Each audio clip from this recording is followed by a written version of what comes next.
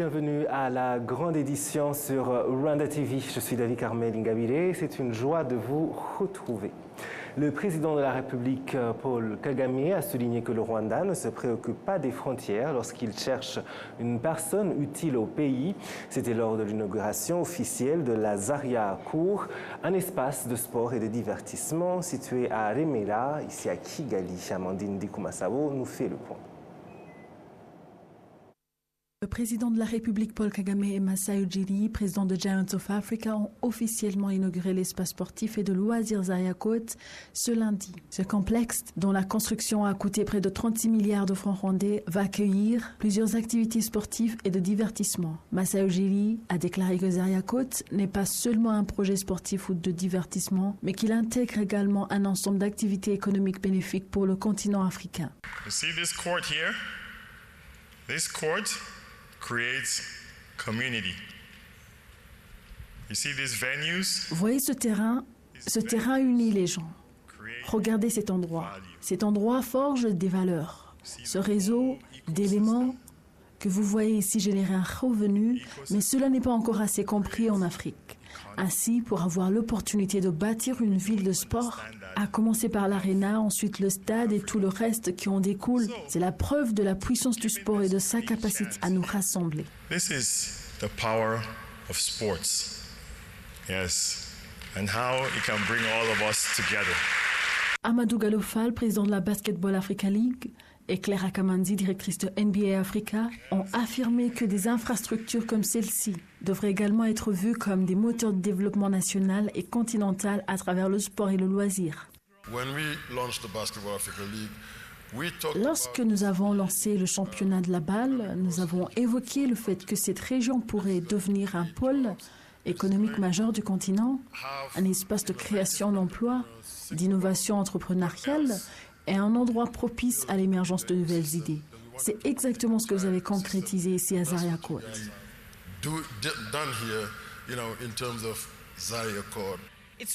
C'est d'une très grande importance de voir un investissement comme celui-ci qui crée de l'emploi, installe des infrastructures et permet la mise en place de multiples activités orientées vers un développement durable. C'est exactement ce que nous observons ici. Le président Kagame a également souligné que le sport et le divertissement ont déjà engendré des transformations visibles dans plusieurs domaines.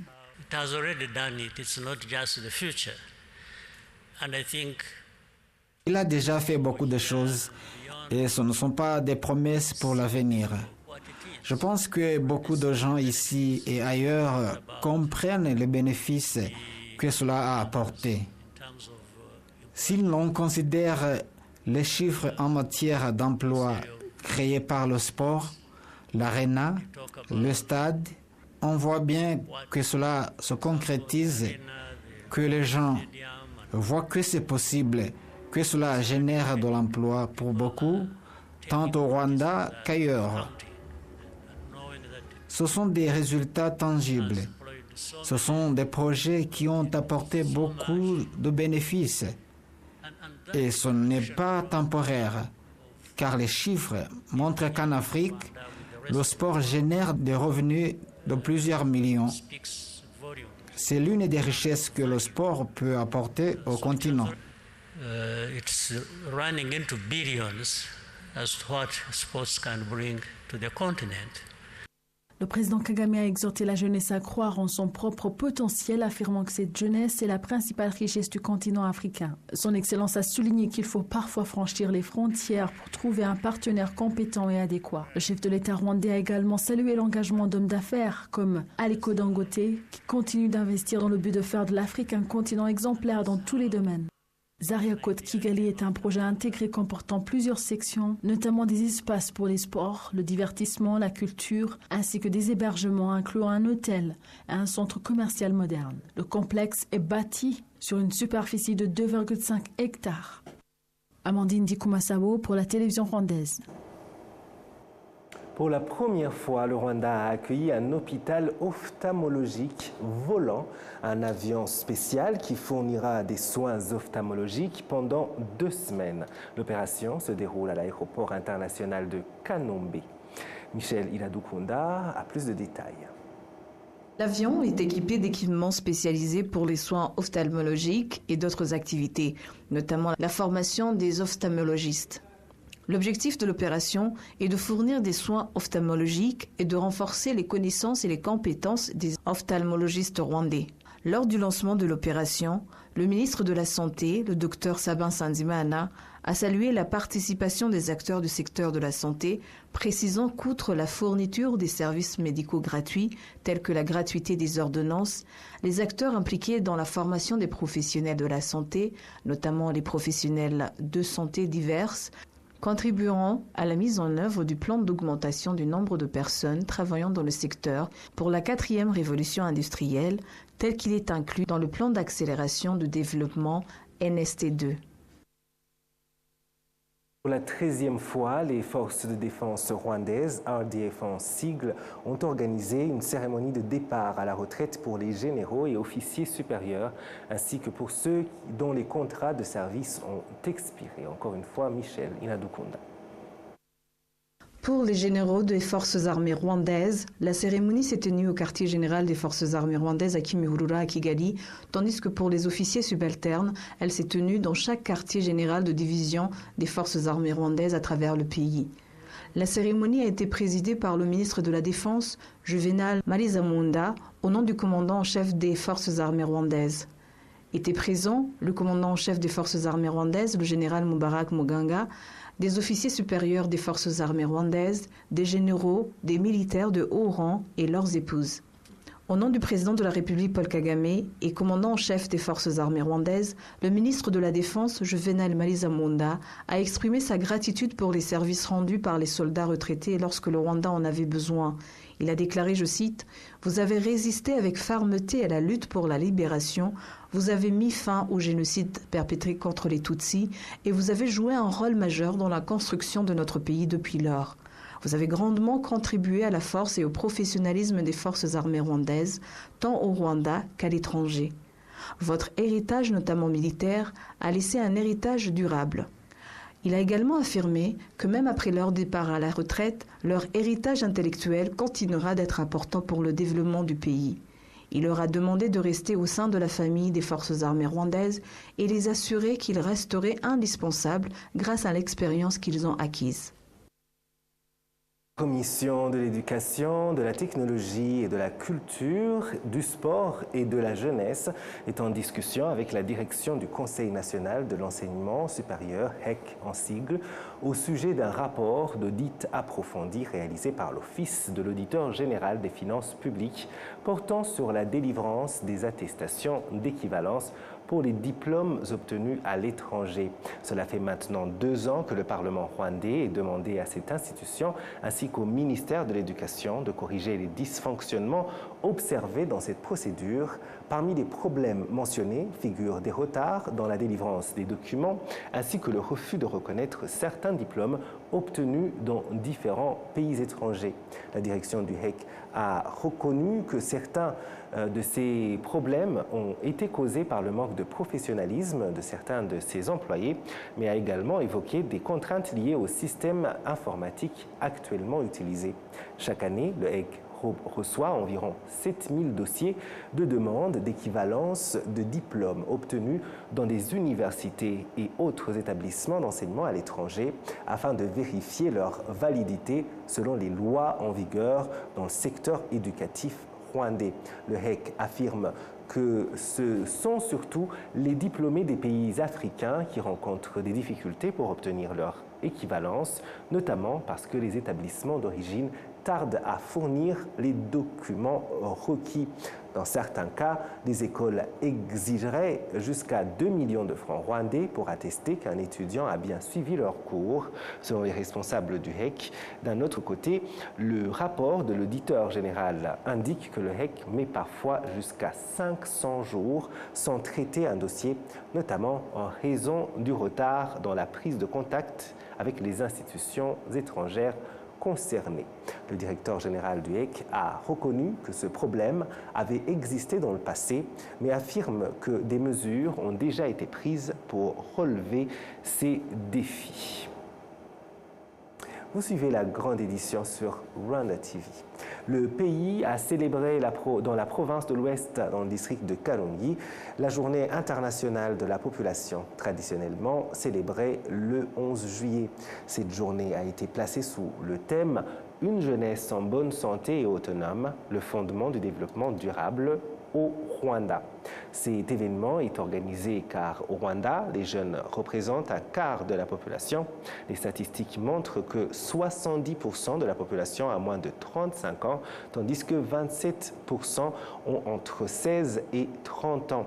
Le département des Nations Unies chargé de la population affirme que donner aux jeunes les moyens de relever les défis auxquels ils sont confrontés, notamment le chômage, le manque d'accès aux services de santé, en particulier la santé reproductive, et les problèmes de santé mentale, est une voie vers le développement durable pour tout le monde en général. La grande édition continue sur la télévision rwandaise. Les données fournies par l'organisation internationale Statista montrent que d'ici 2025, le Rwanda devrait recevoir plus de 600 millions de dollars américains de la part de Rwandais vivant à l'étranger, un montant qui atteindra 1,3 milliard de dollars d'ici 2030. Ces francs seront envoyés au Rwanda et investis dans divers investissements par les Rwandais qui vivent à l'étranger. Irène Basile, une Rwandaise vivant aux États-Unis, a investi en seulement 3 ans plus de 30 millions de dollars américains au Rwanda dans l'industrie de l'emballage en carton et des équipements d'hygiène, ainsi que dans la construction d'hôtels, de centres commerciaux et dans le transport des marchandises. Elle a lancé son projet d'investissement au Rwanda après avoir vécu 15 ans aux États-Unis. Cet investissement a créé des emplois pour les habitants de Chimori et a incité d'autres personnes à venir voir les produits qu'ils souhaitaient acheter. Du côté des commerçants, il souligne que si ces chiffres augmentent, ils pourront trouver les produits à moindre coût.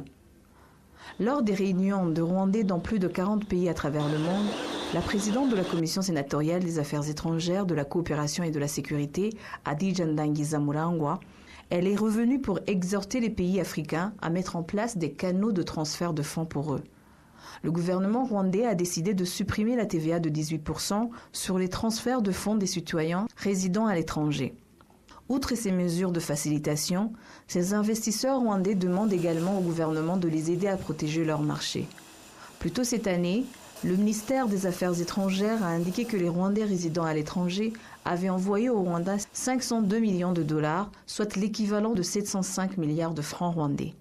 Le ministre des Affaires étrangères et de la coopération, l'ambassadeur Olivier Nduhungirehe, continue de les encourager à défendre les intérêts de leur pays et à y investir. L'Agence internationale des statistiques, Statista, qui s'appuie souvent sur des données statistiques, a indiqué qu'en 2025, le Rwanda devrait recevoir 614,26 millions de dollars, soit près de 800 milliards de francs rwandais. Les chiffres de l'agence montrent qu'entre 2025 et 2030, 17,16% des devises étrangères envoyées chaque année par les Rwandais à l'étranger représenteront 1,3 milliard de dollars d'ici 2030, soit 1,3 milliard de dollars générés par 461 190 000 personnes.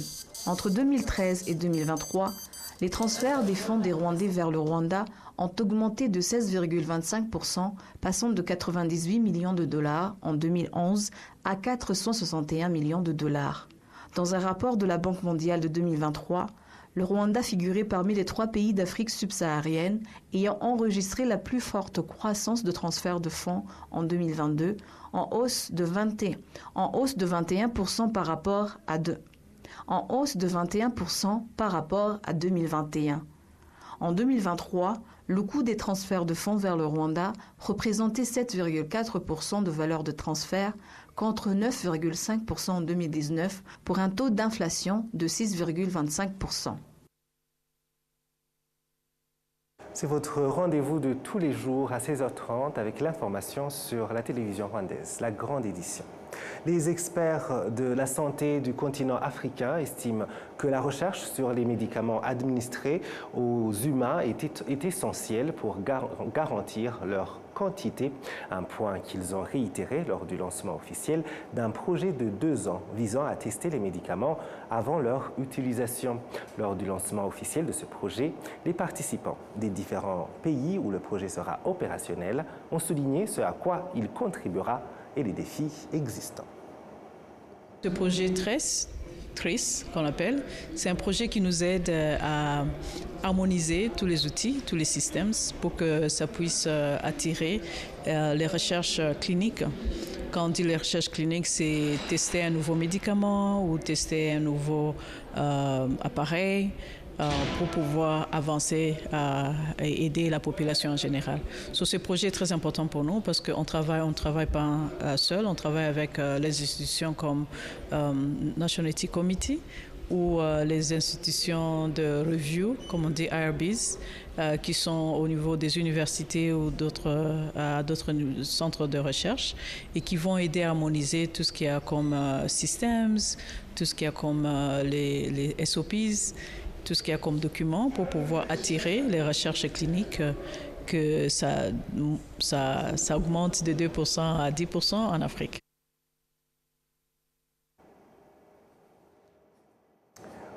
Oui, toujours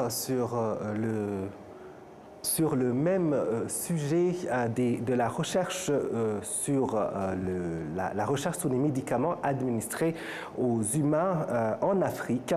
Notre participant à cette rencontre s'est également exprimé à notre micro.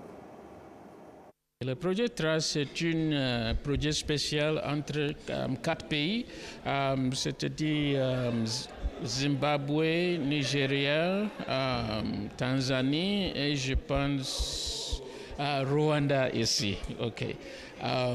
C'est un projet pour renforcer la capacité du système réglementaire et ensuite le système éthique pour s'assurer que tout le essai clinique sera bien fait pour la population entre les 4 pays. Ce qui est important, c'est si tous les 4 pays, le processus ont un peu de similarité ou bien synchronisation, ça peut aider à attirer les essais cliniques au pays, des 4 pays et ensuite partout en Afrique. Oui, ça peut bénéficier tous les pays africains parce que, comme je dirais, moi je suis avec l'OMS et avec l'OMS on travaille pour tous les pays africains et on est une partie de ces projets. Donc on peut prendre les leçons, les bénéfices ou bien les problèmes pour chercher peut-être la solution et on peut diffuser ça avec tous les autres pays. Donc, il y a un lien entre ces projets et les projets de l'OMS qui représentent tous les pays régionaux ou bien tous les représentants. Et on a le pays francophone, le pays anglophone et ensuite le lusophone aussi. Donc, ce qu'on va apprendre ici, on peut partager ça entre les autres pays. Voilà, c'est tout pour cette grande édition. Merci de nous avoir suivis. Je remercie toute l'équipe qui m'a aidé à la préparer. Au plaisir de très bientôt vous retrouver.